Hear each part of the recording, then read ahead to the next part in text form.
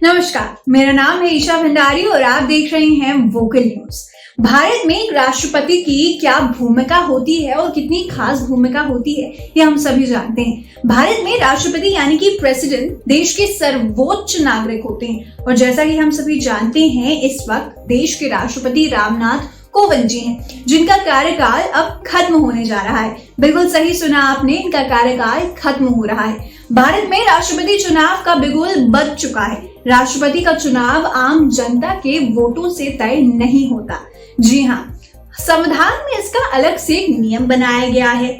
हमारा संविधान पूरे विश्व के तमाम संविधानों से मिलजुल कर बनाया गया है। कुछ पार्ट्स हमने कोई कंट्री से लिए हैं, कुछ पार्ट्स कोई कंट्री से। हमारे यहाँ प्रधानमंत्री सर्वोच्च पावर रखता है, जो कि हमने ब्रिटेन के पार्लियामेंट्री सिस्टम से लिया है। वहीं अमेरिकी की यदि बात करें तो अमेरिका में राष्ट्रपति सर्वसेवा होता है।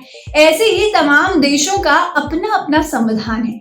बाकी चुनावों की तरह भारत में राष्ट्रपति चुनाव इलेक्शन कमीशन की देखरेख में की जाती है। चुनाव आयोग ने देश के नए राष्ट्रपति के चुनाव कार्यक्रम की घोषणा कर दी है। जी हाँ, राष्ट्रपति रामनाथ कोविंद का कार्यकाल 24 जुलाई को समाप्त हो रहा है। इसका मतलब है अगले महीने 24 को उनका कार्यकाल खत्म हो जाएगा, समाप्त हो जाएगा और अगले राष्ट्रपति का चुनाव इससे पहले ही होना है।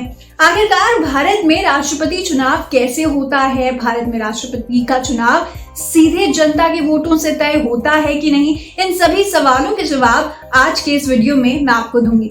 राष्ट्रपति का चुनाव सीधे जनता नहीं करती, बल्कि जनता जिनको चुनती है उनके वोटों से राष्ट्रपति चुना जाता है। इसलिए इसको अप्रत्यक्ष निर्वाचन कहते हैं। जी हाँ, यहाँ आपको फिर से क्लियर कर दें, सिर्फ वो ही राष्ट्रपति चुनाव में मतदान कर सकता है जिसका चुनाव जनता करती है, यानी कि सांसद और विधायक। राष्ट्रपति चुनाव में संसद में नामित सदस्य और विधान परिषदों के सदस्य वोट नहीं डाल सकते हैं, क्योंकि ये जनता द्वारा सीधे नहीं चुने जाते हैं। जी हाँ, प्रेसिडेंट की यदि बात करें तो प्रेसिडेंट का चुनाव एक निर्वाचक मंडल यानी इलेक्टोरल कॉलेज करता है। संविधान के आर्टिकल 54 से इसका उल्लेख है, यानी जनता अपने प्रेसिडेंट का चुनाव सीधे नहीं कर सकती, बल्कि उसके वोट से चुने गए लोग करते हैं। ये है अप्रत्यक्ष निर्वाचन। इस चुनाव में सभी प्रदेशों की विधानसभाओं के इलेक्टेड मेंबर और लोकसभा तथा राज्यसभा में चुनकर आए सांसद वोट डालते हैं। प्रेसिडेंट की ओर से संसद में नॉमिनेटेड मेंबर वोट नहीं डाल सकते हैं। राज्यों की विधान परिषदों के सदस्यों को भी वोटिंग का अधिकार नहीं होता है, क्योंकि वे जनता द्वारा चुने गए सदस्य नहीं होते। जी हाँ, देख सकते हैं अब जनता का भी इसमें कितना महत्व दिखाया गया है।